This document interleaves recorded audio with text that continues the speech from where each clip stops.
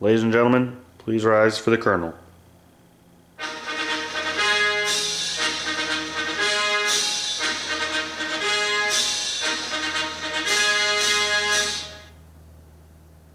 Hey, I was behind you the whole time. Take your seats.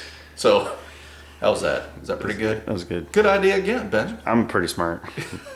And humble. Yeah, I'm pretty humble too. You are I'm pretty proud of that. Are you pretty proud of I'm proud of how I might be the most humble person in the world. I am. I think you are. I think you are too. So, so today we're going to do pickled okra. It's another okra. It's a very southern delicacy. A lot of people like it fried. Myself, I do. I love it fried. You like it fried too? I love it fried. Yes. I cannot stand okra boiled. And Mom used to make that when we were earlier on, and Mom and Dad loved the okra, and they would boil, but it has that slimy. Have you ever had boiled okra, Benjamin? No. It has that slimy goo that comes out of it and all. So I had a plant out next to the house a few years ago, okra, and I planted it just to see what it would do. And of course, it just took off. I mean, it went crazy until the deer came. But before then, I mean, it was going nuts, and I was pulling okra off left and right, and I'm going, there's only so much fried okra you can eat and not have some sort of heart condition, right, from all the fried stuff, right? So I'm looking around, and I'm going, well, and so I kind of latched onto pickled okra, and I made up a jar. Of course, everybody was a little nervous about it, but it has none of the sliminess that the boiled okra does. It has a nice satisfying pickle crunch, like a pickled cucumber, but pickled okra, and then it has the flavor and the taste, and it's phenomenal. So I'm going to fire up a batch of pickled okra. Here's kind of the ingredients I got here. So look below, you'll see the ingredients, and don't forget to like and subscribe on your way down, but you'll see the ingredients and the directions. Really simple. This is not, I'm not canning any of this. So if you're canning it, there's a whole other thing you got to do with sterilizing the jars and put it in water bath and all that stuff. So all this is just refrigerator pickled okra. That's all this is. So I got myself a jar. I started to get this ball jar out here. I don't think that's big enough. So this was an old pickle jar I had, and I don't know if you remember or if this looks familiar at all. This is what I did my pickled eggs in. Nice big pickle jar. What do we call it? BOPJ is the military term for this right here. You know what that stands for? No. Big old pickle jar, right? So we got this. I've got, it depends on you what you want to put in there, spices. This is some fresh dill that I had from the plant outside that the deer haven't eaten yet. But I've got some fresh sprigs from that. Gonna use some red pepper. I'm gonna try a little coriander seed. We'll try a little bit of that. And of course we got the okra. Now I picked these up. I meant to get them the other day when we went to the farmer's market when we went. But this is okra that I just got from Walmart. It's just a little bag. I think it's like a little 1 pound bag of okra. But what you're looking for, those of you that grow it and all, I'm sure you know, but it seems like the smaller the better. You don't want the big honking like 6 to 8 inch long okras, because those get tough. They start getting tough and fibrous. So 3 to 4 inches, about what you're looking for. Those seem to be the best for this. But we're going to start out, what we're going to do, starting out, is we're going to take 2 cups of apple cider vinegar. You can use white vinegar, but again, I think the apple cider vinegar tastes a little better for this kind of thing. So I want 2 cups of apple cider vinegar, 2 cups of water,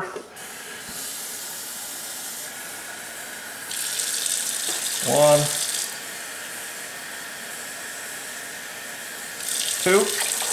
Now I've got 3 tablespoons of kosher salt. Now I like kosher salt a lot.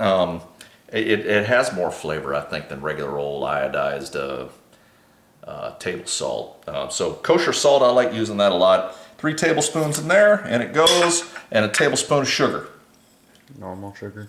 Yeah, I think that's just normal sugar. Yeah, that'd be fine. And then put it on, bring it up to a boil.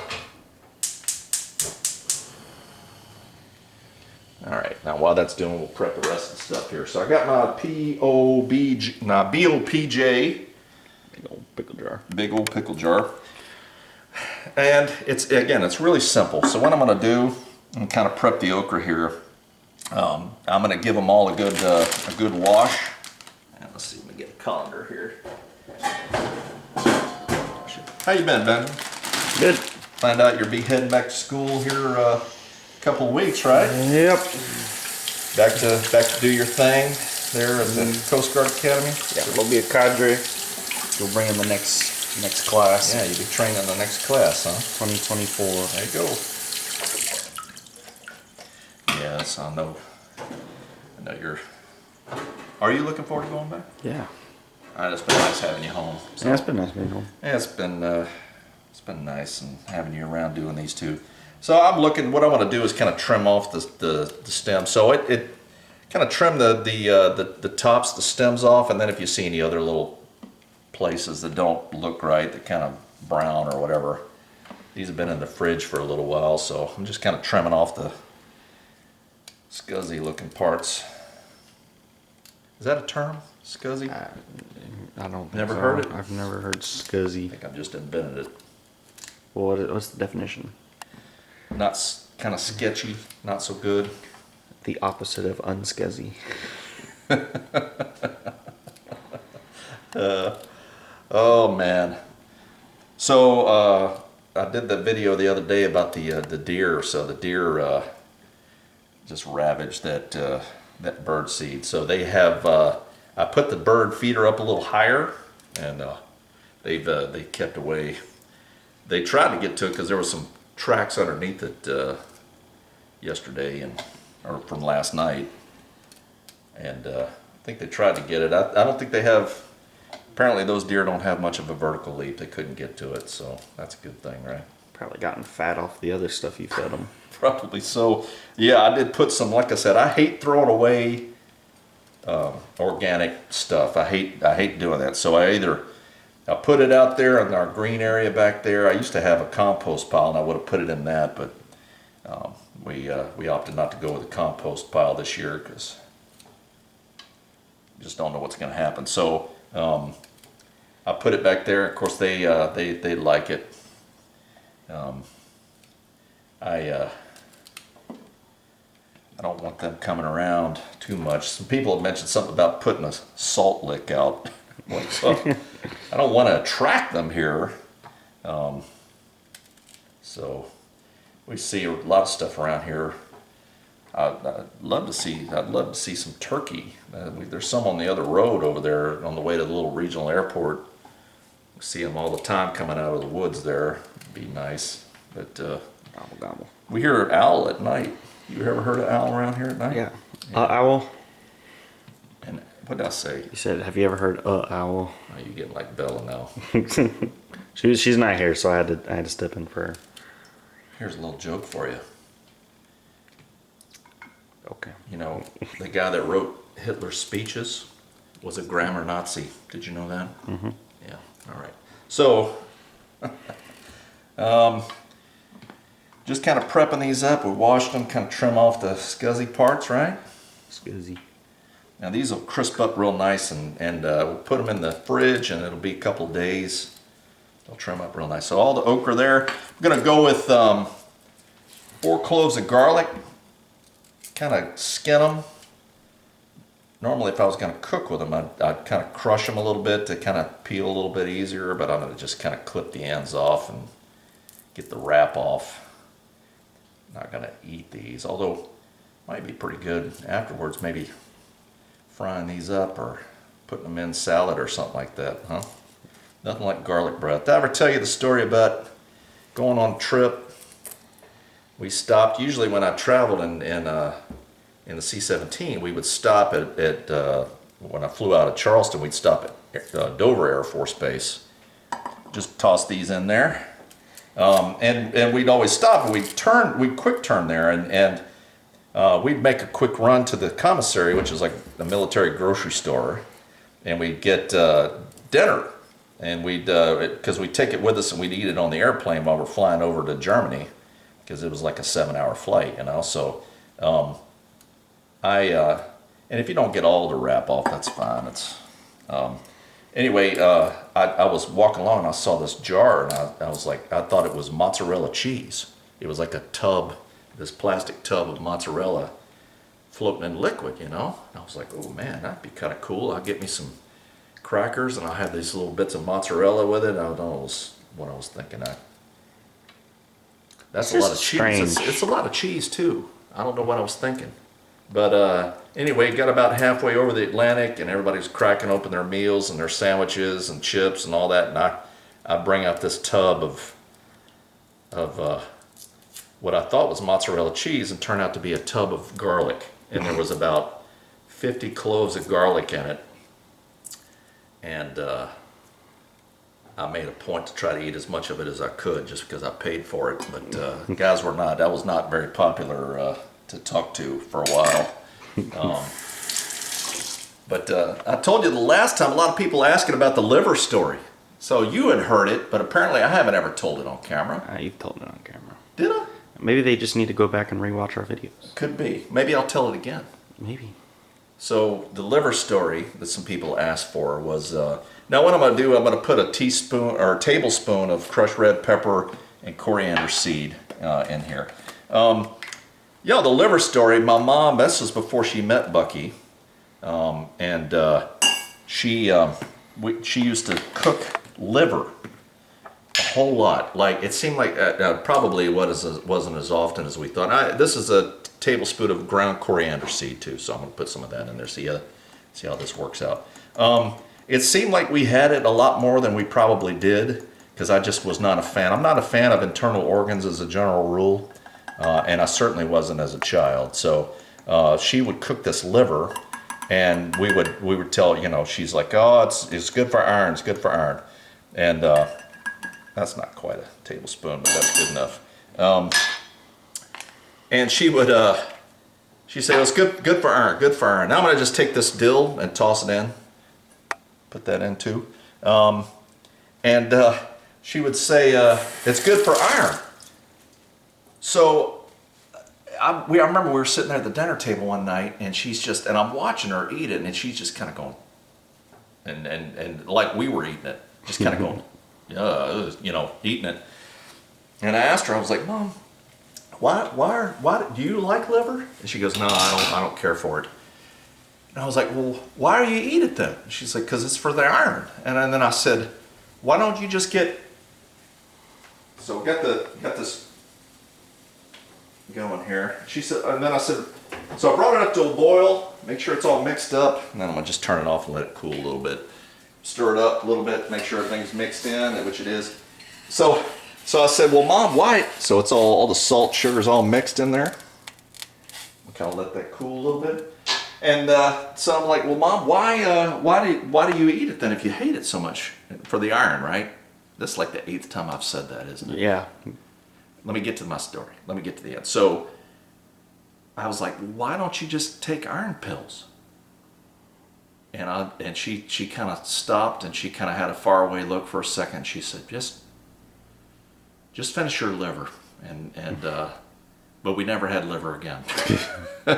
Now Bucky liked liver, but none of us really did. So obviously fresh picked okra, or within a couple of days of being picked, would be best. These obviously a little bit older. And then I'm going to just kind of put these okra in, and I just kind of tip the jar to the side a little bit and kind of lay it on the side and try to just kind of pack it in, and I'll kind of alternate with the pointy end up or down, and just kind of pack this in as much as we can. This is a big old pickle jar, so we can fit a lot of okra in here. So I'm hoping that I don't run out of jar before I run out of okra. I think I would have that other jar. What do you think, Benjamin? I think so. I think so too. And just kind of put these in and pack them in nice. And and again, we're not going to be, if I was going to put these up, like store them and for a long time on the shelf, I would do the water bath and all of that, but I'm not doing any of that. So these will go right in the fridge, and once I get these done, I would eat these, that summer I made these a couple summers ago. I would sit down and eat about 4 or 5 of them every time I had a sandwich for lunch, and a jar like this be gone in like a week. So this would probably keep for several weeks in the fridge, certainly, easily. And yeah, so this is going to work out real nice. So this will get down there, and what I'm going to do now, that's packed in nice, and hopefully these won't float up. I don't think they will. They're packed in there pretty good. If I had another bag, I'd make another level. But if you have a little bit, there's probably going to be a little bit more pickling juice, the vinegar, water, sugar, salt mix than I'm going to need. But what I want to do is just cover this up, and if I get one that floats up to the top, you know, I don't get too bent out of shape about it. I mean, you probably could take like a Ziploc bag and put water in it and close it up and lay it on the top to keep it submerged in it. But again, all I want to do is make sure it's in the pickling juice and soaking that up, and it kind of pickles, and it turns into pickles. So in about 3 or 4 days, I'll try one, and I'll probably do a quick little video and show you what they taste like, how they turned out. But it's a little warm.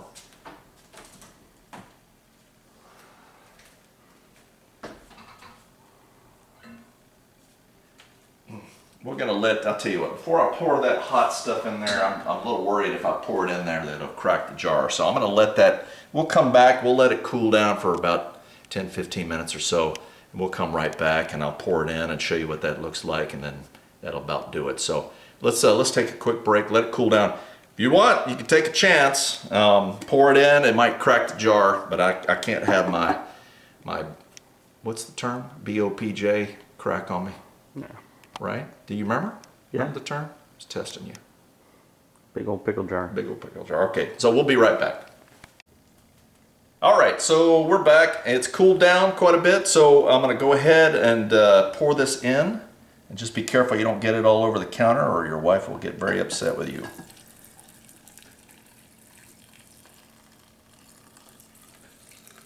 Now I'm just looking to cover the top, and I'll put a little bit more because some of it will probably, yeah, you can see they're starting to float up, and that's okay. I'll just put it all in there. So, plenty of room. I probably could get another layer on there, but you're looking to make sure that you get these covered up, and as they soak up the fluid as well. In fact, you know what? I'll just take my own advice. Let's try it.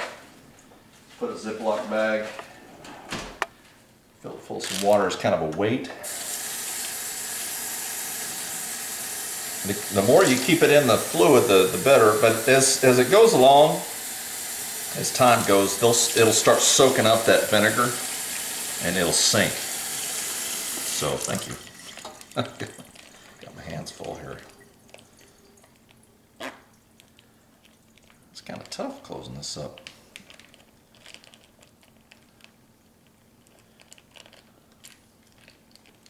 Trying to. This apparently requires the skill of a surgeon to close this up. Great dexterity. Huh? No, man. Or gamer fingers. What's going on? Yeah. The old meaty paws. Big meaty claws. So let's just tuck this in. There's kind of a weight. There we go. See that? So now it's fully submerged in there. The juice has kind of come up around it. So now it's all the way in there, right? That's a cool deal. All right, so what I'm going to do is I'll turn this around because I don't want this thing opening up and leaking in there and get too much water in there. So I'll keep the top up a little bit. There we go. Now, the lid for this particular model of BOPJ is long gone. I'm not sure what happened to it. I think it rusted up and it's gone. So all I'm going to do is just take a little bit of frugal, innovative, adapt and overcome, and I'm going to just put a little bit of, so the whole fridge doesn't smell like vinegar, and put a little saran wrap on the top there, and put the rubber band around it. There. So there we go, and let some of that air out, and that's it. And then it goes in the fridge. It's warm. It's warm to the touch. If it's still hot, you know, set it on the counter and let it cool a little bit. But that's it. That's pickled okra. That's the recipe. It'll kind of permeate through.